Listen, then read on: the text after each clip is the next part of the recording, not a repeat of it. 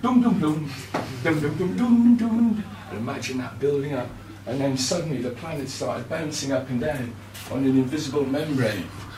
You're right in the middle of a rave song, yeah? When everything drops down, the only way they can bring it back in, they always use the same trick. And what's next? The same as what you heard before, yeah? But in this case, these angels who looked out of the space station, they said, the aliens, are they ready for this? The aliens were like, yeah, I reckon so. The angels came out singing. Can you hear it? Good. They sang. Love me like you love yourself, and I will surely love you back. And love me like you love yourself, and I will surely love you back. And love me like you love yourself, and I will surely love you back. Oh, I'm riding on a beam of light with my friend Einstein, discussing chaos theory. It's a bit of a mess. Along comes Venus, stroking something. She smiles at me as she starts to impress. Metaphorically, I say Venus here undressing as the female aspects of my own nature, not in a sexual way, but in a sensual way, making love with the universe, because if I want to see the hand of God at work, small g inverted commas, I look to the macrocosm. And when I see male and female in perfect balance, yin and yang, there's a beauty and a harmony that's beyond words.